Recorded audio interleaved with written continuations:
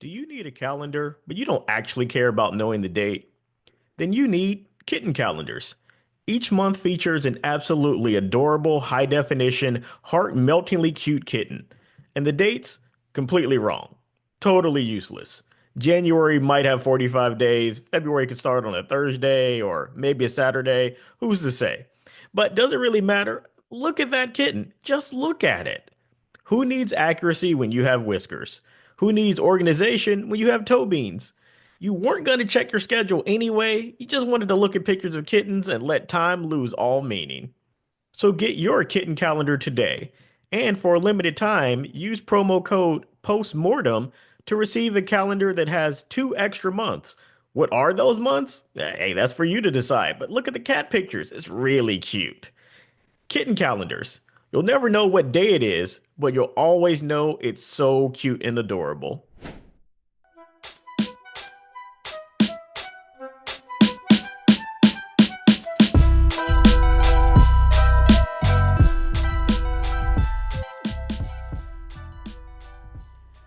Welcome to Movie Postmortem, where we dissect films of all kinds, whether they're good, bad, or those guilty pleasures we just can't quit.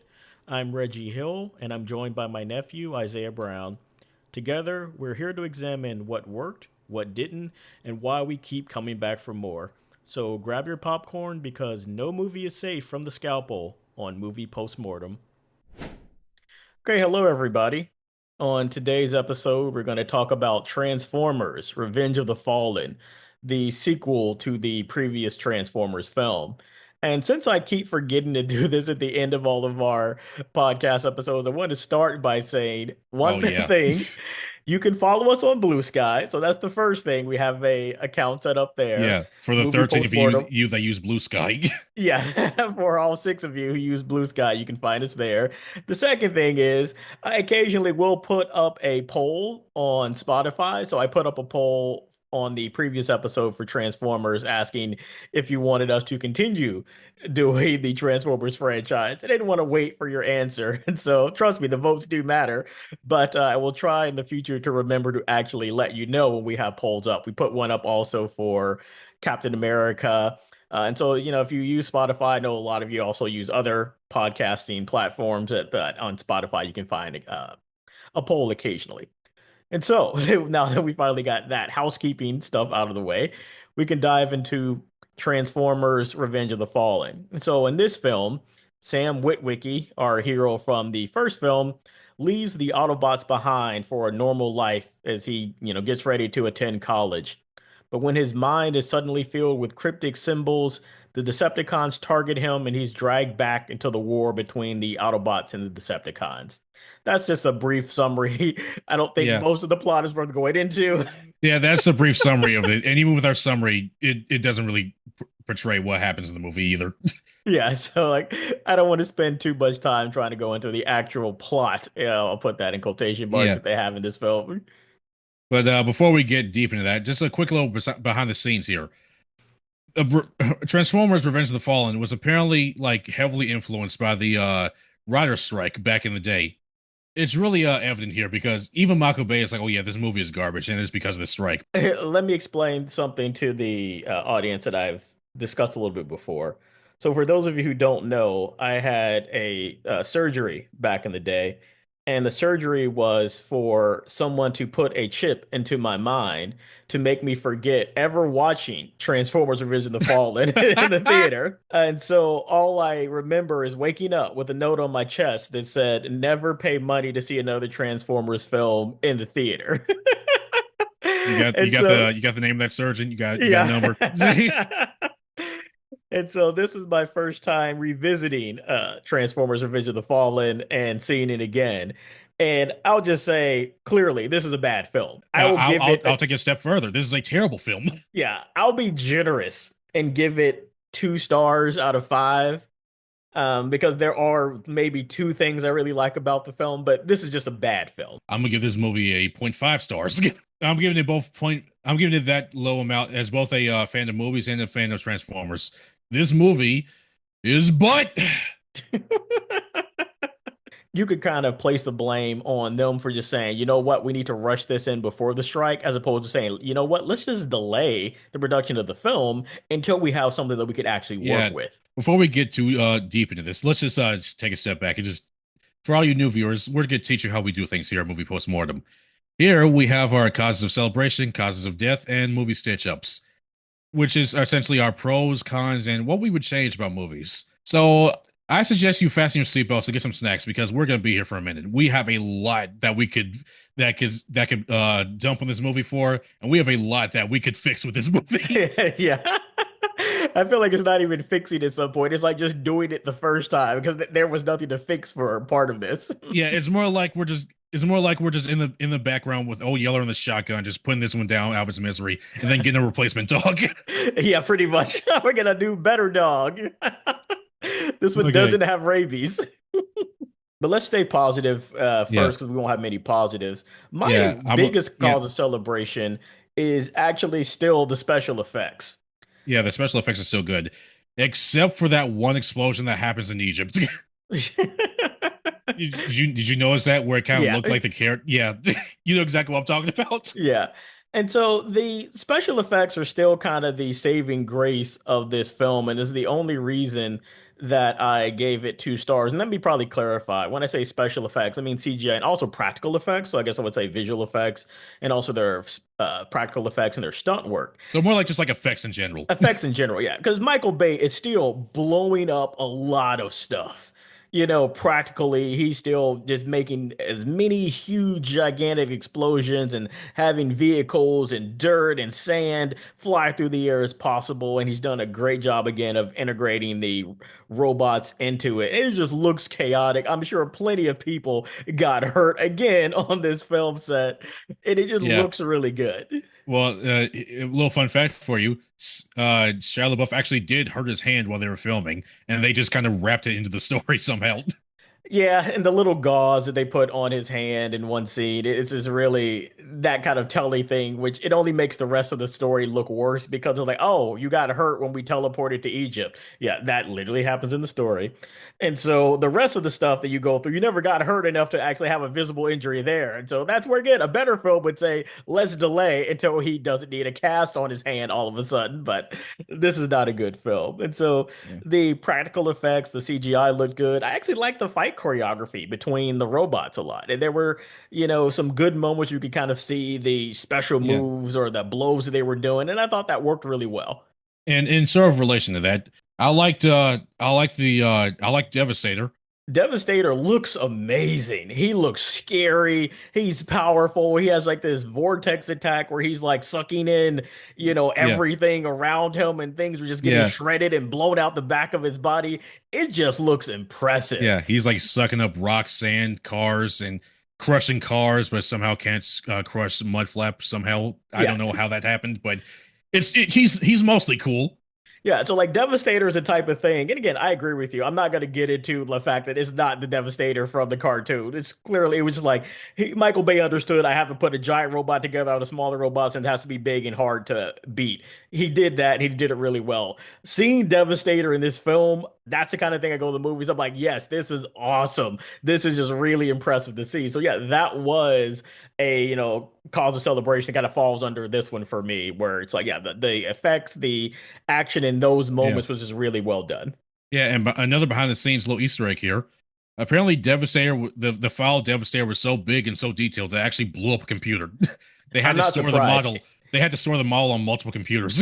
It looked really good even now. And like I said, like it's just so impressive how he just destroys like everything in front of him.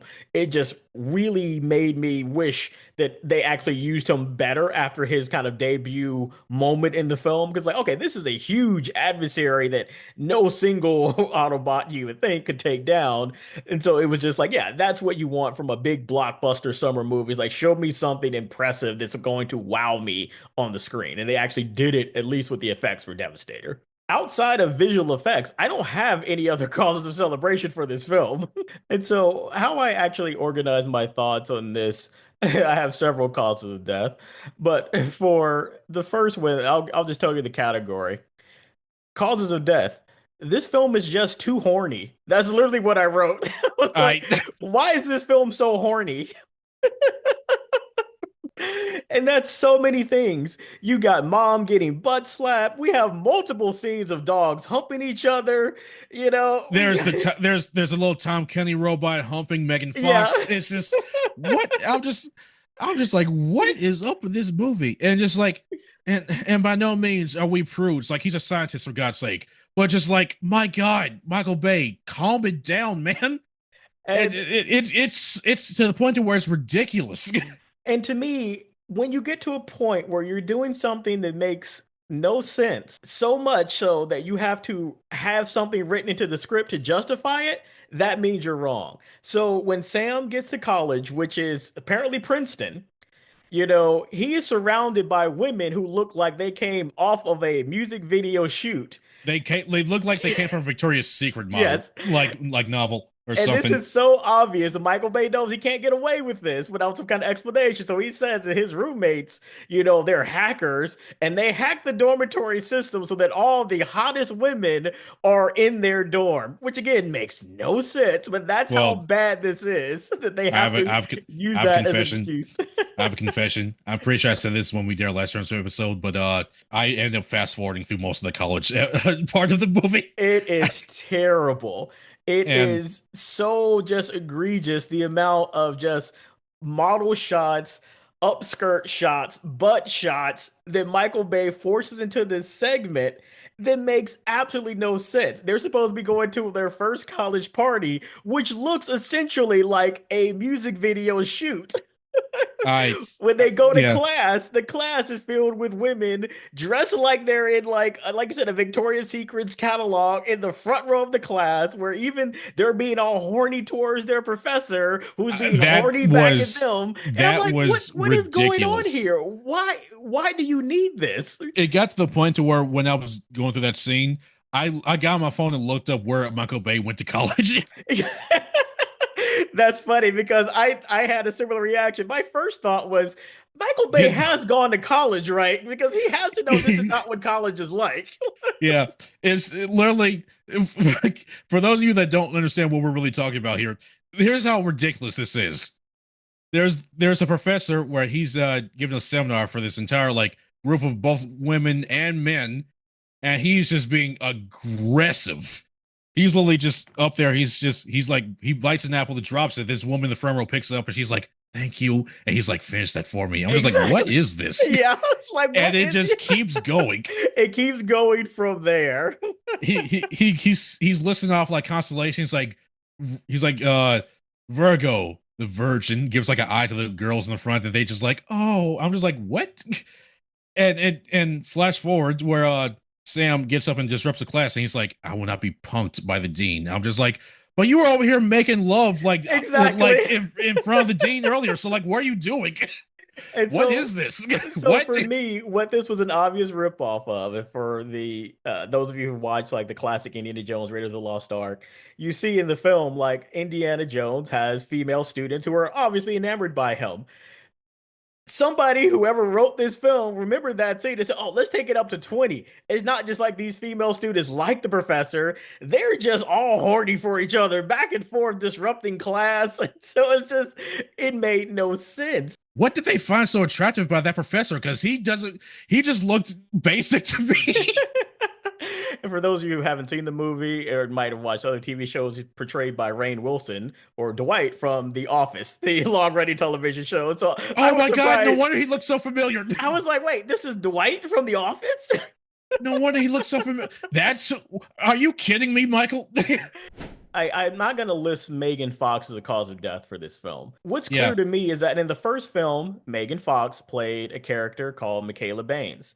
In this film, Megan Fox plays Megan Fox because that's how Michael Bay decided she should be in the film. yeah. I'm not gonna give flack to Megan Fox for this. Most of her problems in this movie are because of directing. Yeah, the way he shoots her, even from her, opening scene in this film, is like I see her as a piece of meat. I'm going to film her as I would any piece of meat that I find attractive. And he does that for not only her, but essentially every female character in the film. It is so ridiculous. It is over the top again. It only gets worse because they decide for reasons that again we'll talk about later perhaps. When Sam goes off to college and his girlfriend Michaela, Megan Fox, she doesn't.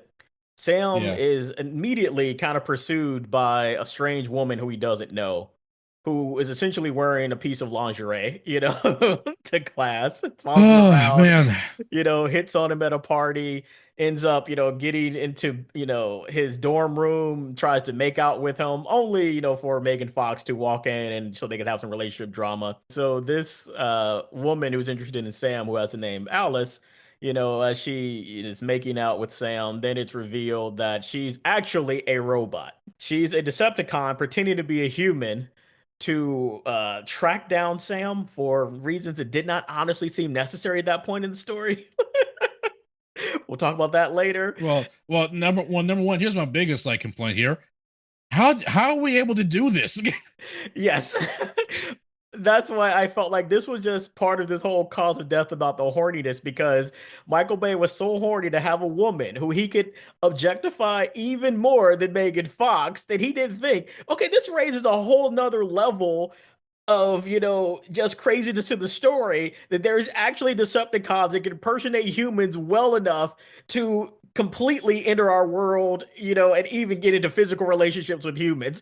It was like a line that they did not have to cross just so he could have another woman that he could do an upskirt panty shot for. I It just really made no sense.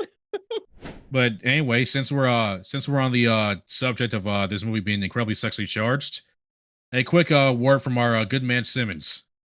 I'm directly below the ummy scrotum. Yeah, What again, in the world? having as we said before, Devastator was completely impressive and awesome. I did And not then need to Bay see a had to shot ruin it. of Devastator's testicles, which were two giant wrecking balls in the film. That's the type of humor where it's like you don't need that. A It better made it even director. worse.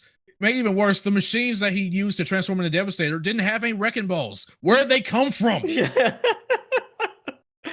This is just an example of Michael Bay finding this funny. This is hilarious. And so it's just completely unnecessary. And that's the way that this whole film plays out. Like you said, this is a whole film filled with the type of stuff that we would have cut out of the first Transformers film. And a cause of death, which is something that I don't want to do. He made Sam incredibly like painful to watch in this movie. Yeah, Sam's journey doesn't really make sense in this film. And it's just a bunch of annoying kind of ticks that he has because of The the information effects just of just the coming out of it. information overload in his brain. And so at a certain point he looks at a piece of the Allspark and you kind of see this information being beamed into his brain. And so throughout the entire film he's kind of acting like he can't Yeah, control himself anymore because his mind is just being overwhelmed by this type of information. And yeah. there are But good funny, but ways you funny, could do but that. funny enough, he just stops doing it halfway through the movie because we're done with that plot point. Yeah, again, like it's not consistent. Honestly, Shia LaBeouf doesn't do a good job in his portrayal of this, these antics and these ticks that he has sometimes. And yeah, like you said, I get the idea they just dropped it because it wasn't necessary anymore. And I would argue it was never necessary to the story. It's just bad writing that you even have that plot point to begin with. He got information from the MacGuffin to become a MacGuffin to go find another MacGuffin. Yeah, it's unnecessary. It's over the top. It's not even well acted.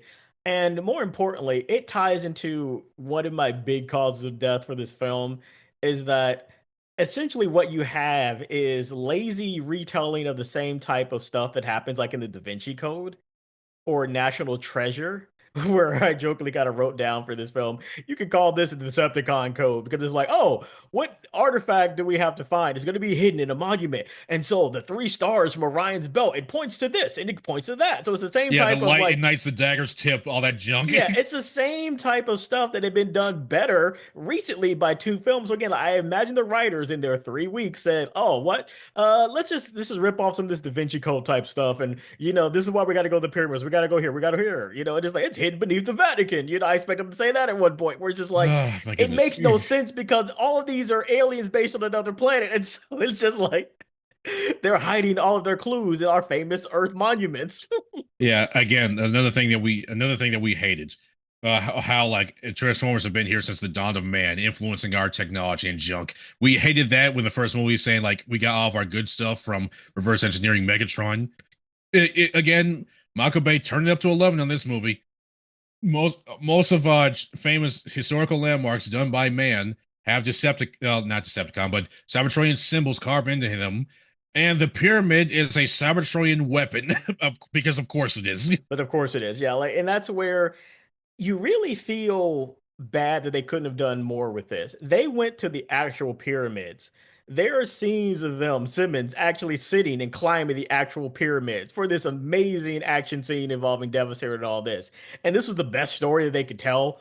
And so like that's where I felt like this was a film that said like, okay, these are some shooting locations. These are the actors we could pay to return to the film.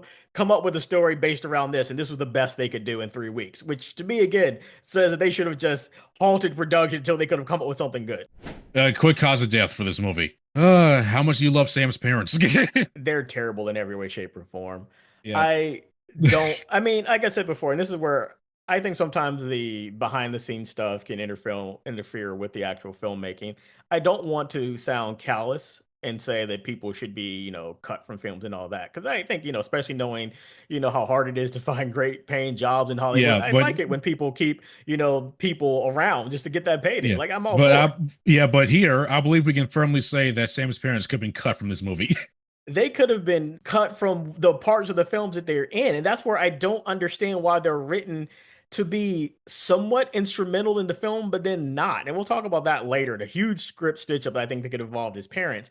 But their Yeah. characterization just being, bickering sex jokes. And when they drop Sam off, his mom somehow is so dumb that she doesn't know that she just bought a bag full of Of wheat edibles. brownies despite the fact that there is a marijuana leaf on the front, and then proceeds to act in a way that people who've ingested marijuana unknowingly Have don't even never act. act. Yeah, I've had friends that have done marijuana before, and they are never that ridiculous. Yeah, it just makes no sense. It's just lazy bad writing. So Again, that's like the what full Michael Bay first thinks is hour. funny. Michael Bay thinks it's funny. And so like that's the full first hour of the film is them. And so yeah, I was like, you know what? If you're going to use Sam's parents, you're gonna have them in the story, give them something meaningful to do. None of the stuff they do in the first hour is actually relevant. Yeah, and it gets even worse because there's a scene later on where it's 1-to-1 from when Sam's going off to college to where like they're in the middle of this war and his dad and mom are in Egypt with him because of course. Yes. And his dad is like, "Come on, we're going together. I'm not gonna leave you out here. I'm not gonna let you go." And Sam's like, "You gotta let me go," which is literally 1-to-1 from the first part of the movie. I'm just like, if you're trying to be emotional right now, it's not working because I hate these characters. Yeah, I thought that was weird. I picked up on that as well. I was like, that second part was trying to have a full like arc and an emotional beat, but it wasn't earned at that point. I felt, Yeah, yeah, that's where you could actually use the parents of not being just walking jokes. They should care about their son. They're seeing him in this environment they've never seen him before, and where his life is literally on the line. But it's yeah. like, Literally don't in the waste first them. And movie, yeah, in the first movie, they were like watching all this stuff happen behind the TV. yeah, So this is the first time where they seen him actually on the front lines trying to get the MacGuffin to Optimus Prime for the second time in a row. yeah, and so yeah, it was unfortunate to see what could have been done so much better, and we'll talk about that in the script stitch up done there. And so let's actually take a break. Yeah, let's pay Um, some bills now. Pay some bills because we have a really big cause of death that I want to talk about. Might be Oh somewhat yeah, we're controversial. we're we're gonna get there. Yeah, when we We're get getting there back. next. Looking to advance your education? Come to Michael Bay University, the only school where learning takes a backseat to explosions, slow motion hero shots, and impossibly attractive people doing totally normal things like walking down hallways in full makeup and perfect lighting. At MBU, we don't waste time on boring things like degrees or academic integrity. Instead, we offer a full throttle, high octane experience that will leave you saying, wait, what just happened? Here's what you can expect at MBU: professors who deliver lectures while sprinting away from fireballs, final exams that are just car chases with no clear rules, a state of the art library that keeps getting destroyed but keeps getting rebuilt with even more books. Every woman on campus is a model, even the ones wearing lab coats. And every conversation is punctuated by a massive explosion for no reason whatsoever. Will you graduate? No. Will you learn anything? Probably not, but you will walk away in slow motion while something explodes behind you.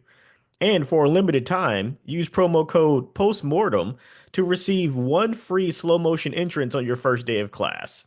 That's right, our trained cinematographers will make sure you enter campus looking like an absolute legend, wind blowing through your hair as something explodes behind you. Michael Bay University. Education?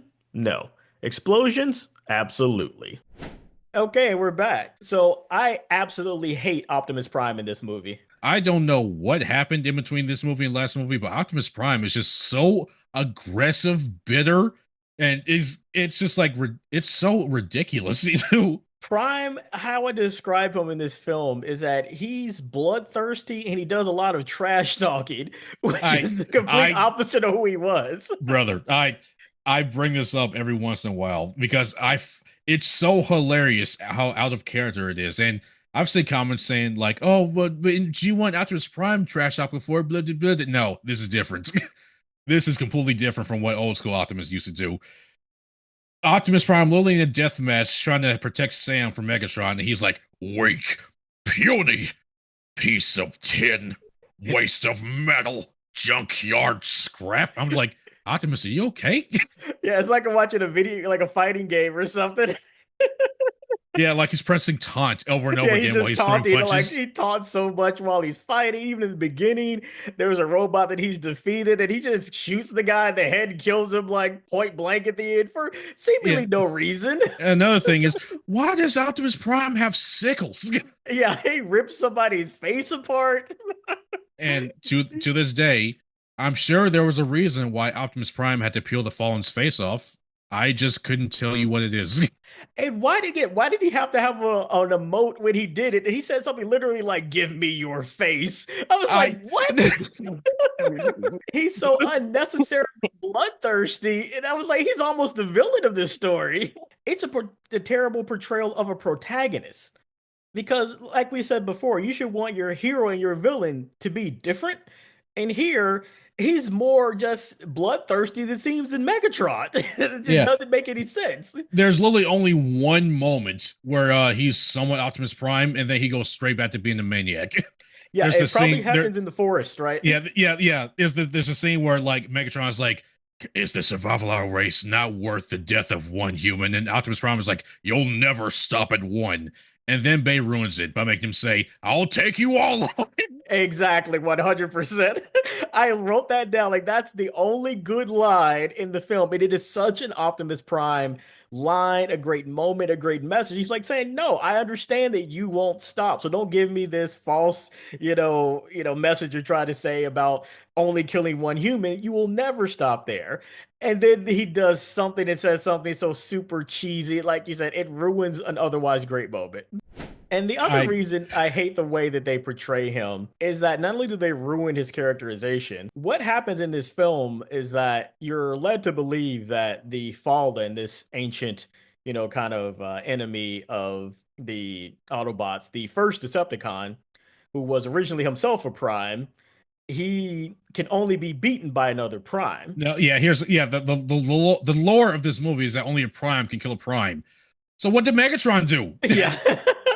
So you see Megatron kill Prime in this film, and then you would believe that means that the stakes have been raised because they need Optimus back, but I'm it just doesn't really ever feel that yeah, way. but but this little piece of like lore just makes things more confusing. Just like, is Megatron a Prime then? But he shouldn't be a Prime because we know the story of Megatron. So like, how did he kill them then? Then what? And the reason I hate it, even in terms of the in-universe stuff that happens in this film, they say only Prime can stop the Fallen. So by the end of the film, where they're all in Egypt, the Fallen is down on Earth, and they bring Prime back to life with the Matrix of Leadership. And then it's like, yes, Prime is here, and he can stop the Fallen. Oh, no, wait. The Fallen just snatched the Matrix leadership from Prime's hand, and he's gone now. Yeah, he's just like, what do I look like trying to fight you? I just want to blow up the sun. I ain't trying to fight. And so Optimus Prime can't do anything until one of his fellow, robots, who was a Yeah, Decepticon who actually went to the side of the Autobots, kills himself so Prime and can it take gives his him his parts. parts. Yeah, So the So, whole idea that Optimus is this big person who can turn the tide is like, no, he can't actually do that. and cause of death for this movie, since we're on this warpath. For a movie about revenge, for a movie called Revenge of the Fallen's here doing things for about 4 minutes. Yeah, I actually felt, and I don't even think this is a script stitch up. I think you could actually remove the Fallen completely. You could just Like, replace it with Megatron for most of the film, the plot. see again. Well, remember in the last episode where I said Megatron's actually threatening in this movie? He's kind of menacing. Yeah, that doesn't exist anymore. Yeah, he doesn't do literally, anything. literally got his butt kicked by Prime, and so he gets his dad to come fix this for him. Yep, that's exactly what he does. And for most of the movie, he's kind of cowering, waiting for like cheap shots and stuff like that. I'm just like, did that death from the first movie affect him that much to where he's just cowering now? Even going to the point where he's asking Starscream for help. Yeah, like Starscream does more in this film than Megatron. I actually like the kind of characterization of Starscream. You kind of see more of Well, his you know what? dynamic with Yeah, Megatron. that's actually a cause of celebration I probably could have forgot to bring up. Starscream had a bear character in this movie. He's more, and plus, we always gotta get points to Megatron bullying Starscream. We always gotta get points for that. Yeah, they do a really good job of fleshing out that dynamic from the cartoon, which was one of the, kind of iconic things. And you see this, cruel leader and his second in command who is just Yeah, getting bullied constantly by yeah, him. grinding his foot into his midsection. Yeah. But yeah, but for me, like that was just the unfortunate thing to see Optimus Prime, who was such a great, leader, a great positive from the first film, to have to call him the cause of death. It kind of hurts, but I can't say that I like his character in this film at all. I've danced around this issue long enough, and it's time to get into this now. Oh boy, skids and mud flap. Oh goodness. So for some reason, Michael Bay thought, you know what this film needs? Two ghetto robots. They hit the mark for every stereotype. It's so disappointing. I had like an awakening about this recently because when I watched this with my friend, me and him, we were laughing with the scenes where Skids and Mudflap were doing their thing, just being like stereotypes. And I realized, like, man, I'm not laughing because of what they're doing. I'm laughing at them because they're stereotypes, and that's not good. The thing that was shocking to me, as we talked about in the first film, Jazz, who was, voiced by a black actor in the first film and was the only Autobot to die, he seemed like the most stereotypic. He seemed like the most stereotypical robot you could have.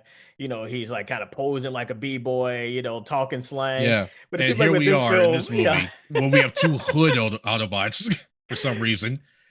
Michael Bay said, you know what? I could do a lot better in terms of making a terrible stereotype.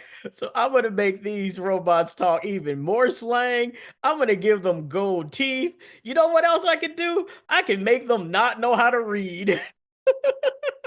It's just like that moment where Sam in the first movie was like, "Wait, why do you talk like that?" And Optimus Prime was like, "We learned your languages of the World Wide Web." I'm just like, well, Skids and Mudflap, they must have learned how to talk through World Star or something because Yeah. there ain't no way.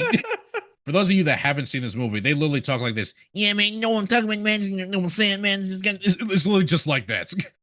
And for some reason, again, Michael Bay thinks this is hilarious They because don't know how to read.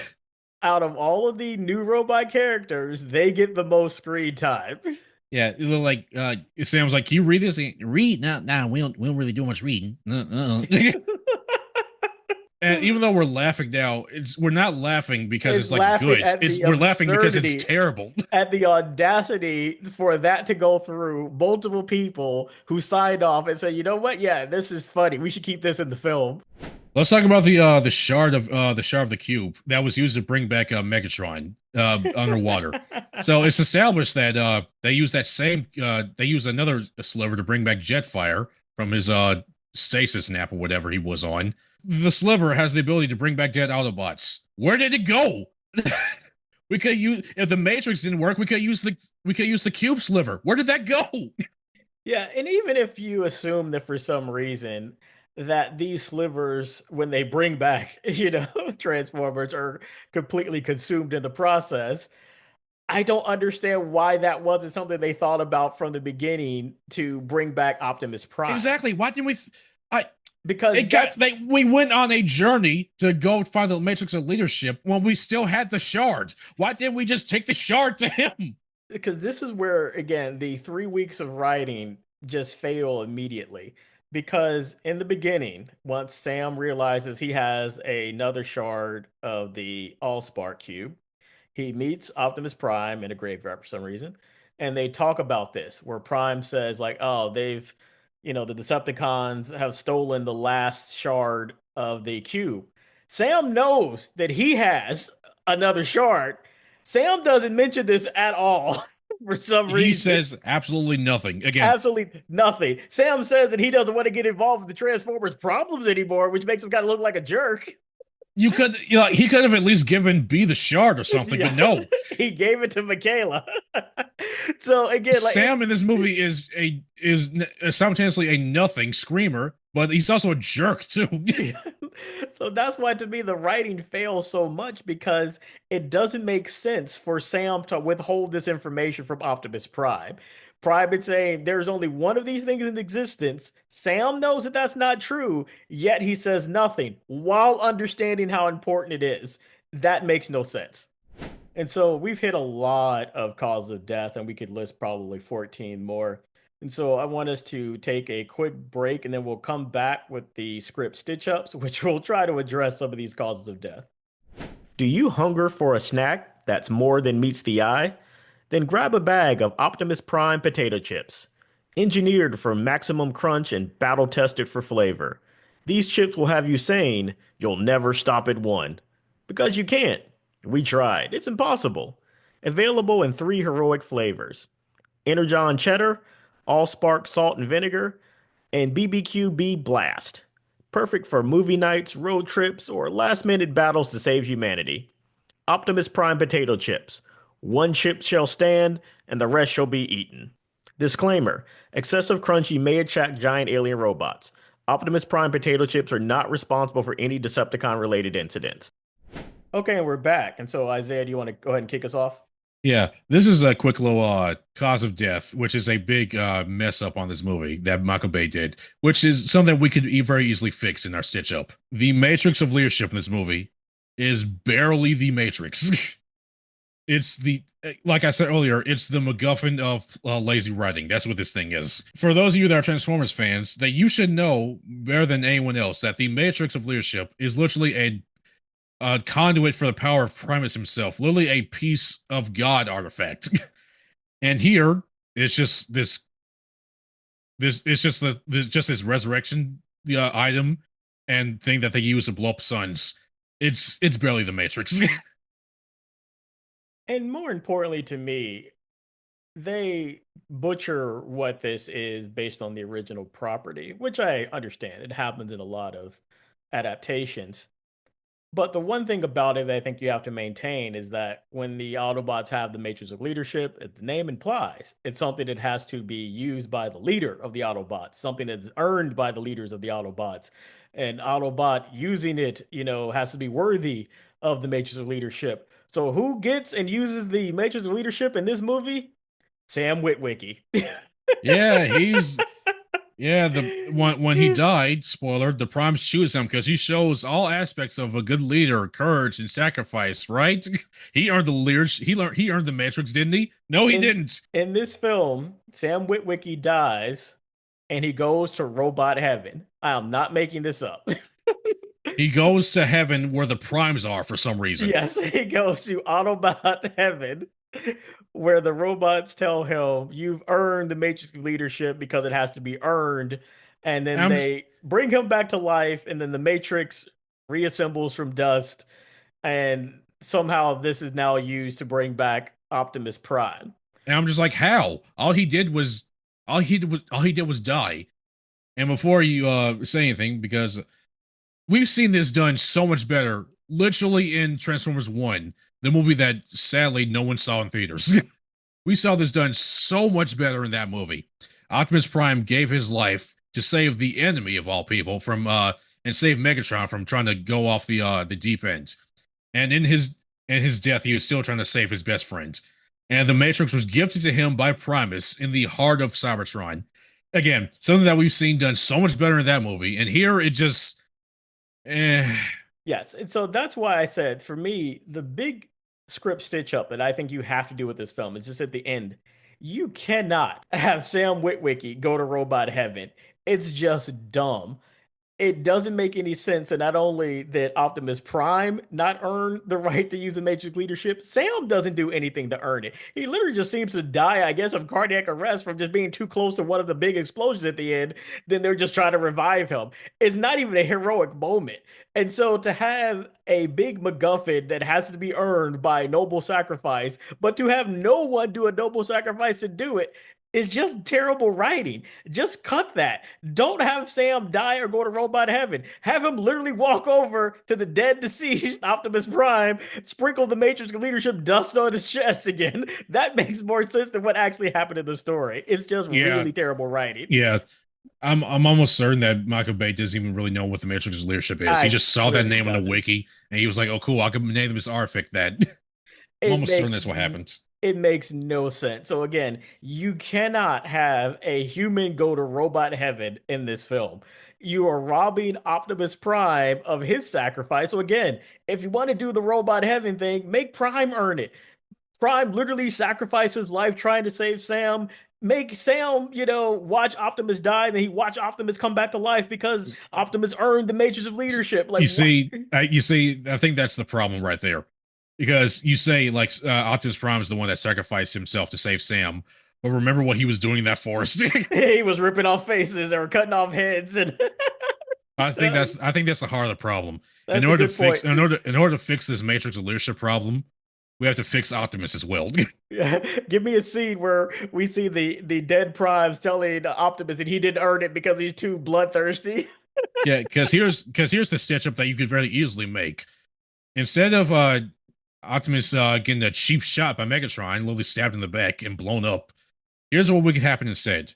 Instead, you could have Megatron take aim at Sam, and Optimus Prime is like, "Hang on, Sam," and dives in front of like the bullet or something. That would make more sense for him to die. Something, yeah, like That, it had to be yeah, a noble sacrifice. I yeah, agree. that's a more noble sacrifice, and that would be make him more worthy of the Matrix.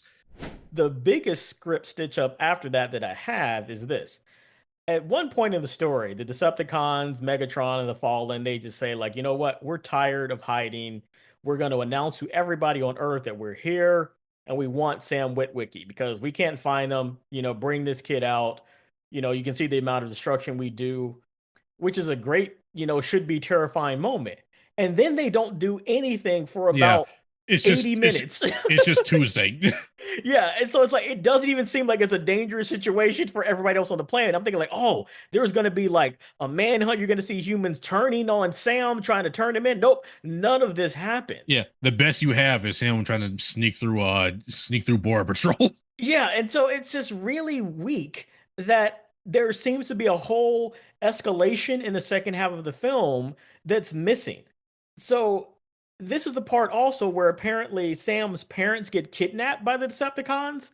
That I think, oh wow, this is going to be tense. You can have Megatron pointing his cannons at his family and saying, "Sam, if you don't turn yourself into, somebody right now, I'm going to blow your parents away." But no, the Nope. Decepticons apparently keep his parents hidden and bring them all the way to the final fight scene at the end to try to influence Sam to come like 10 feet closer to Megatron. It makes no sense at that point. So it's like, where's the escalation? Where's the raising of the stakes that happened? So it seems like you have to have something in the second half of the film because the Decepticons ultimately vanish while Sam is doing his, Da Vinci Code thing, trying to track down the Matrix leadership. There's just a Yeah. huge section of action that's just not there. Yeah, there's like when you're watching the movie, you're gonna feel like, man, am I skipping through this?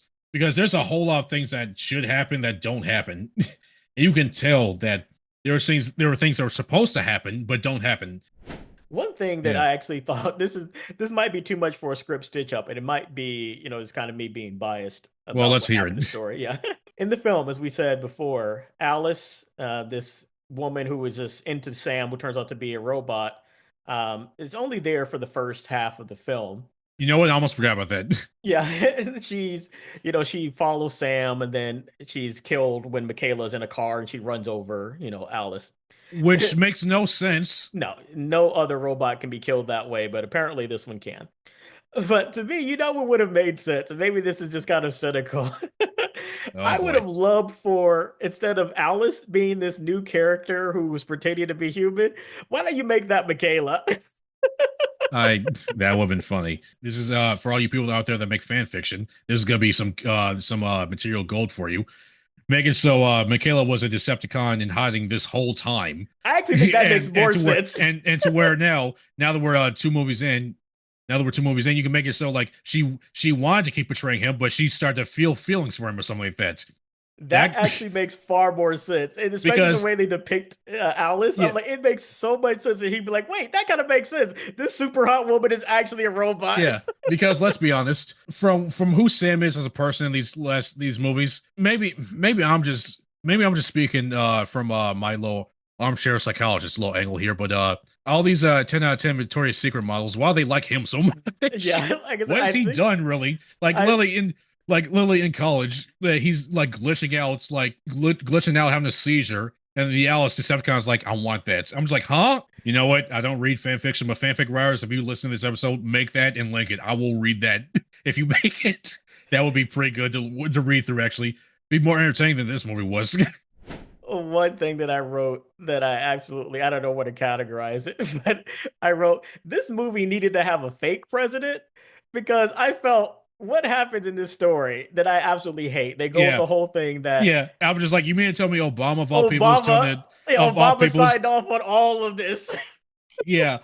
I was just like, there is no way. Because Lily, I was thinking to myself, and this is kind of like you can use this both for the movie and in real life, but for a country made of immigrants, we really do hate immigrants, don't we? Yeah. I was like, man, you guys are making Obama just look terrible because they named him as the president who signs off on all of this, who's trying to keep this big conspiracy about the, Transformers, who brings in this guy who's in charge of the secret operation now who has no idea what he's doing.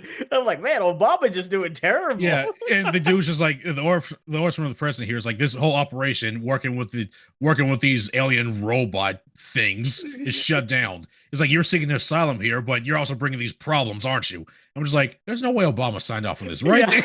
I was like, man, you need to create a fake president. Yeah, President Walker did not like this. like maybe like Nixon, but like there's no way, right? So yeah, like, I would say yeah, like that could be an easy script stitch up. Take Obama's name off of this. Take any real president's name off of this. I would love to think that there is no president that the United States has ever had who would be this dumb. Yeah. Well, Exactly. We like to think in the past that we never had a president who would do this. Eliminate the amount of misinformation you have in your movie.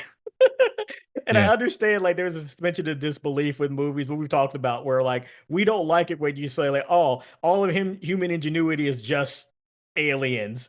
Or, oh, there are structures hidden in the pyramid. No, it's not. There's no giant metal alien artifact in the pyramid. You can come up with something better, than that. And so, like, there's just a lot of stuff like that that supports the idea that you can't trust the government. Where it's like, yes, massive giant robots that destroyed multiple major cities. That's a government conspiracy. And so even showing I'm just like, stuff like that, how you cover up that? yeah, I was like, just showing stuff like that. I'm like, no, that's just bad. I was like, this is something that even goes broader than this. And I thought, like, I want to write something about this for science fiction and action movies in general. It's like, don't do stuff like this. It's just generally irresponsible.